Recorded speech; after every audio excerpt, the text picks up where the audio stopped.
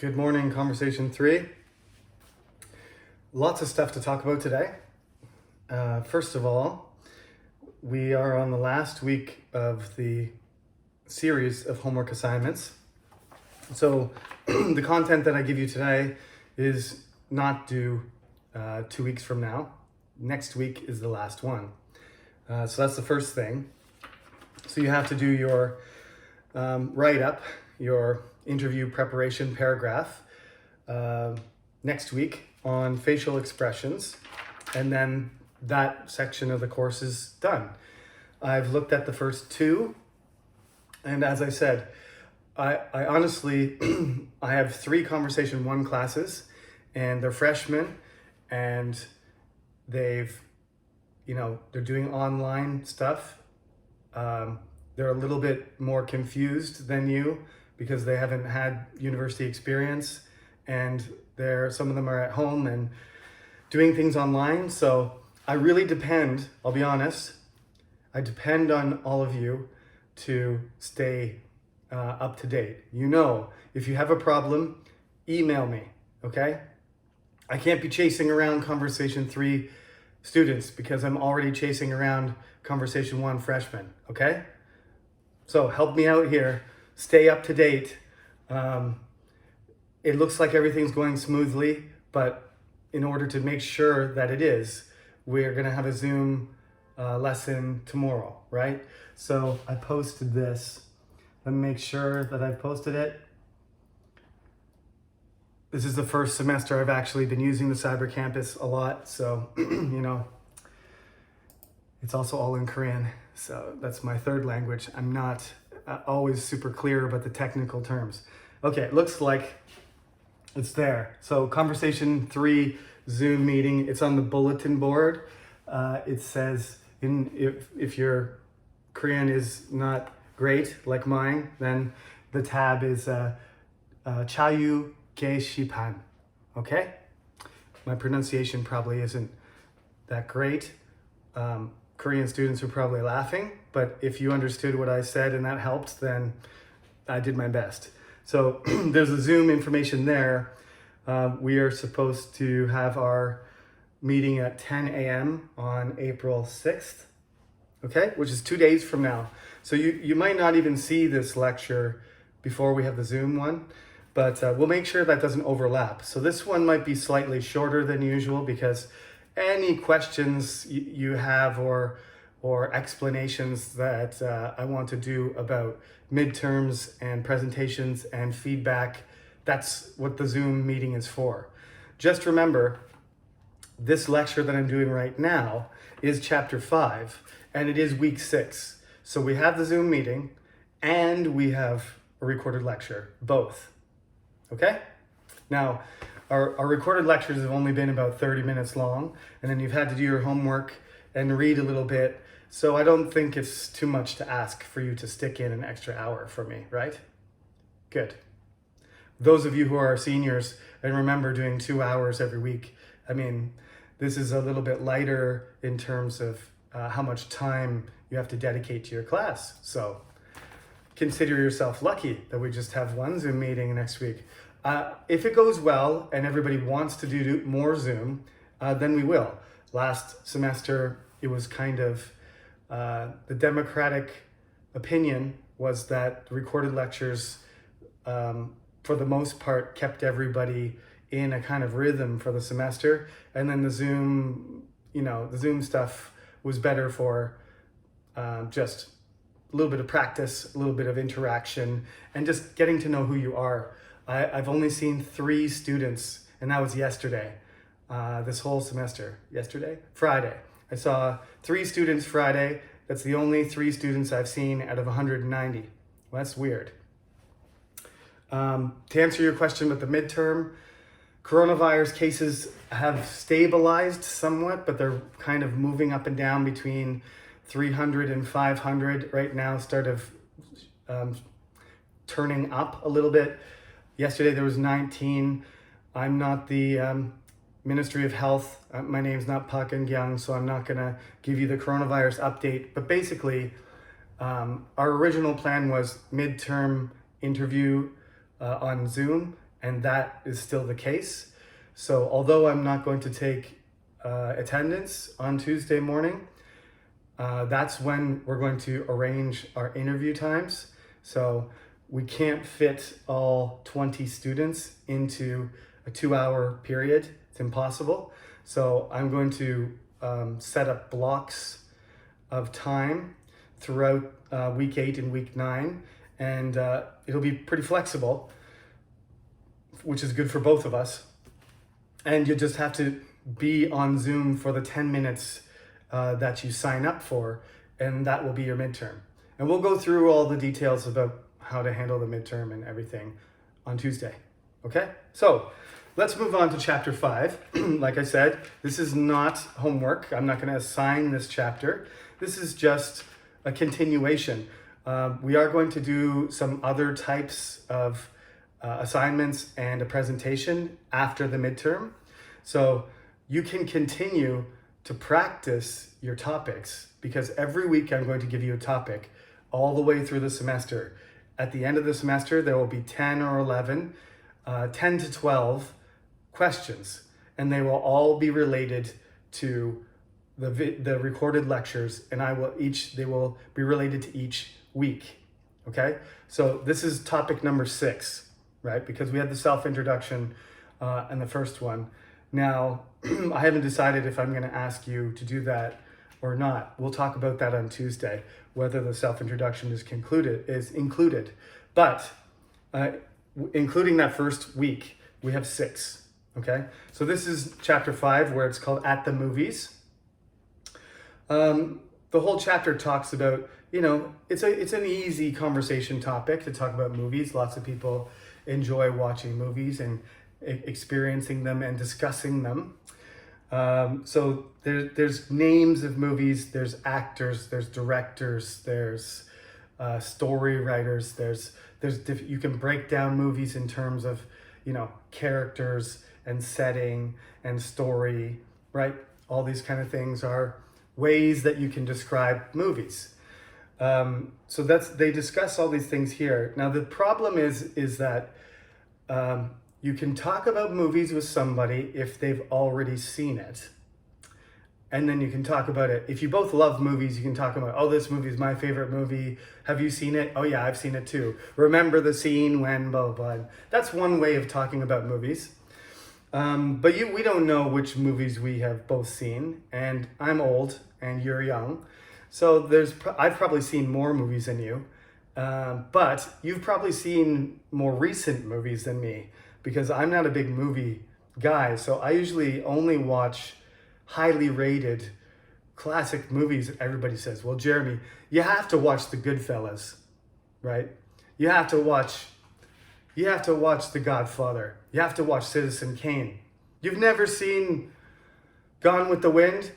Well, then, I can't talk to you. So I read, I do this with reading too. I've watched a lot of the movies ancient movies, right? Like 75 years ago, Alfred Hitchcock and stuff like that. Those are movies most of you have not seen unless you have a particular love for movies. Some people don't really love movies, but I think all of us go now and again. I talk about in my American culture class, the cinema, the pandemic has really put the final nail in the coffin of the widespread practice of going to movies, regularly. Okay, so in the 1940s, in the early days of World War II, in the late days of the American Depression, people used to go to the movie every week. Like the numbers were crazy. 2 in every 3 people. Like if I said, how many people went to go to see a movie every week? Even before the coronavirus, I would have seen 1 hand in the class or 0. But if you went back in time to America and you asked a class, how often do you go to the cinema? Everybody's hand would have gone up, and it would have been, 30% of the class would have said, oh, I only go once every 2 weeks, or I only go once a month. That was the golden age of the studio era for Hollywood. And it fell off when television became popular and people had TVs and television programs got better. Movie going decreased, and it slid down kind of gently down into the 80s when they started putting things on video cassette and people started watching them on their own TVs. You could rent them, and then you could get DVDs. You guys don't remember this. But then you could download them illegally. And then Netflix arrived, yay! And Netflix had the solution, because now you can subscribe and then you can watch things legally.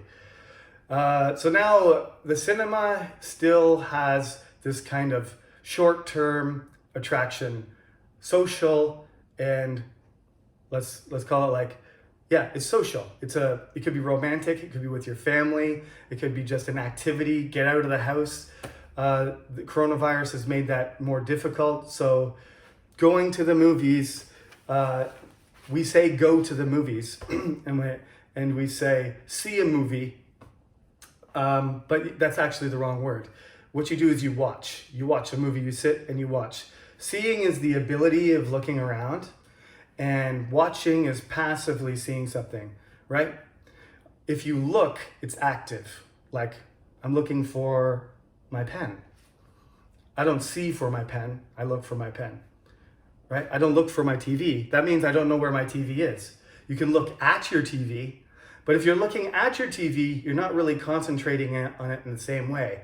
Watching means looking at something. Your experience is pretty passive, but you are engaged with something. Like when you're a guard. If you're a guard watching for enemies, you're just passively looking around, but you're looking in detail. If you're looking for something, it's usually a more exact thing. It's more like searching when you say look. But you can also direct somebody's attention specifically to something.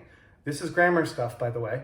So you can say, look at that, right? Which means the person should direct their attention specifically towards something, just like when you search for your pen. But if you say, look at the TV, it doesn't mean watch for an hour. It means look at the TV, and then you can do something else. Okay, yeah, I see the TV, it's nice. What are we gonna do next? But if you say watch the TV, that means sit down and enjoy a program, right? Watch a show.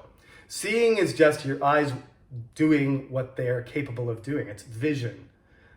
Sometimes my students have a little bit of trouble differentiating between those three. So there is a difference between look and see and watch, and that's the difference. Although we do say go see a movie, but that became a kind of expression that you would get some friends or go on a date or go with your family, and then you would go and see a movie, like it's like going to see Rome or going to see Namsan Tower, right? That's a different situation. It's a general situation where you use your eyes. But once you're in the movie theater and you're in the seat, then you're watching a movie. So you say, let's go see a movie. All right. And then when you're sitting in the chair, you're watching a movie. Okay. So in the textbook, the magic word is make. I think it's a good word because make is just such a common thing in English. It's a verb that can be collocated with everything. When it comes to movies, you got remake, right? A movie was old and they take the same story and characters and then they transform it with CGI and a new director and new actors, and it's kind of like some sort of update, right? There's also something called a reboot, which is a little bit different. A reboot is like a restart. So then it's the same kind of world and everything, but it's not the same as a copy. A remake is more of a copy of something. It's supposed to be similar. And a reboot is like taking the whole, world, the concept, and then starting again. That's called a reboot, okay? Not to be confused. Now, I'm not a movie expert, so I'm not a big fan of remakes or reboots or updates or special editions. I'm more of an original guy. right? So Charlie and the Chocolate Factory, that's a good example of a remake, right?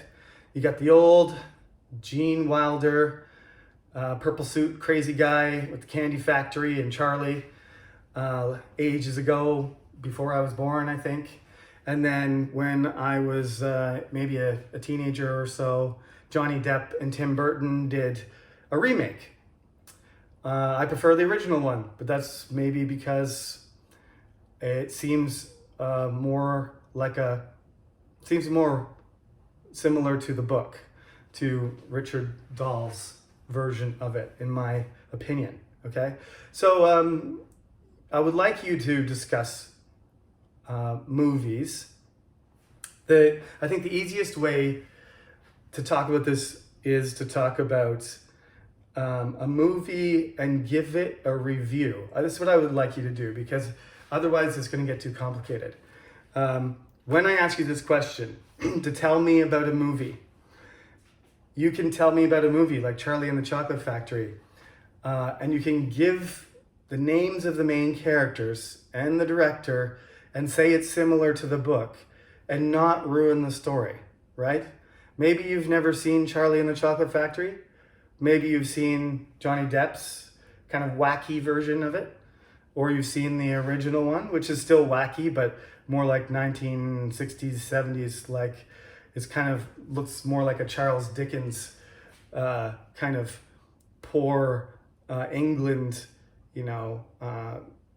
19th century environment, at least to me. I know that's probably off, but when you're young, you can't really tell a difference between 19th century London and, World War II London that well. So you just look at it and you look at, oh, that's old London, and that's a poor neighborhood, and there's the corner shop candy store, and they're buying newspapers for pennies and stuff like that. And you feel like you've gone back in time, right? I can tell you that about the original Charlie and the Chocolate Factory, and then I can tell you about the new one. Well, the new one's good too, because Johnny Depp's a really good actor, but he's very quirky. He's very strange. He's got some very strange mannerisms, and I feel like Gene Wilder, when he plays Willy Wonka, he's more like pretending to be crazy.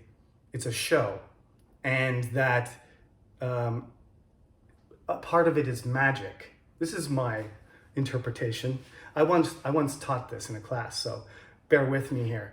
But that version had more of a magic element to it, and you were supposed to, and he was just testing people because, and he was acting especially crazy because he wanted to test and challenge all the children, because he wanted to screen them to decide who's gonna, be the best person to take over his business and manage his empire, his wealth and his candy empire. Tim Burton and Johnny Depp, they do a more of a psychological twist on it. There's even some scenes of Johnny Depp, Willy Wonka's father, in there. So they kind of try to give you an explanation. Like, why is Willy Wonka such a strange person? Like, he stays inside his factory for years, and he's very secretive. And the explanation is, well, he's a little bit different. He's got a weird personality, and he behaves, that's the way he behaves, for maybe because of environment, maybe because his family relationship, maybe for other reasons, but it's not a show. He is genuinely some sort of, quirky, twisted genius, right? And so the experience becomes a little bit more disorienting and a little less familiar, more like you're in some sort of Twilight Zone area. And maybe you can look at the book and you can read the book, and there's a lot of things that Willy Wonka does in the book that indicate he doesn't do things the normal way. And he's very paranoid about his secret recipes. And that comes through in both movies, his paranoia. So I've told you most of the movie. I haven't told you most of the movie. I've described the main character, an interesting main character. You might argue Charlie is actually the main character, and I haven't told you anything about him. I'm just telling you about where he's going to go. This factory where this eccentric, extremely rich candy, baron, this candy tycoon, has invited these children, and that's it. I haven't ruined the movie. If you've never seen the movie, you might be interested in it. You might say, well, Professor Sullivan made it sound that those characters sound really interesting. I wonder, what happens and how it goes. And so you got to stay away from the story. Don't give away the ending. Don't give away big moments of suspense or anything like that. Don't talk about characters that appear suddenly or change into different characters halfway through. Otherwise, you're going to ruin it for the person who's listening. So what I'm doing right now is telling you about 2 movies, actually, comparing them and offering you an opinion so that you can decide whether you would like to watch them yourself. It's like a review. So I would like you to give me a movie review. Tell me about a movie without ruining it. As we say on the internet and as we say in person, spoiler alert, okay? As soon as you start saying something about the ending or the score in a baseball game or something, an American or a Canadian would be like, no, stop, I don't want to hear. Don't tell me, I don't want to know that, right? So you can only introduce the environment, the theme, the characters, maybe some of your interpretation, something about the costumes, the color, the emotional feeling of it, the performances of the actors, right? Why the characters are interesting, the background of the movie, what the director kind of does with his choices. All those things are okay. Just don't give away plot. Don't give away plot devices. Don't give away suspense, climax, endings. And then you can tell me about a movie and I can be like, yeah, thank you. Now I can go to see that movie and I know I'm not going to waste my money. That sounds like a good movie. So, make. Make means to create or produce something. It can also be a performance or action or saying something. So the director made him a good offer. So you can make send or speak like, I will pay you $1 million. That's making an offer. You can do that, okay? To be a star in my movie, for example. And you can also do a combination of make object plus the adjective and infinitive. So to improve something. So you can say something like, watching a good comedy always makes me happy. It causes a change. Makes me sad. Makes me happy. Makes me comfortable. Right? Makes me crazy. Okay, so there's three ways to use make. Right? So you can use those when you're talking about your movie review. And of course, look, see, and watch. Try and keep those straight when you're using them, because you use them all the time, not just, and make also. These words, they're not just for movies, they're not just for TV. Wherever you go, when you're traveling, whenever you're using your eyes, whenever you're doing actions with your hands or, doing business, make an offer, right? Make a movie, remake a movie, okay? You can even use make sometimes when you're doing they say bake or cook. You can say, I'm making dinner. Same thing, very, very versatile word, okay? So that is this week's topic, but not the homework. Remember, facial expressions for next week and Zoom on Tuesday. That's all the business for today. I'll try and get this posted tonight, and if you don't see this before Tuesday morning, I'll probably send out a text message to all of you just to remind you we do have a Zoom meeting on Tuesday, okay? I did say it last week's recording, so hopefully you already know, but I'll send you a reminder too. All right. The weather's supposed to be beautiful this week, so get your homework done today because it's gray and cold and it's Sunday. So it's a good day to do homework, and then you can enjoy the rest of the week. Thank you for listening, and see you on Tuesday.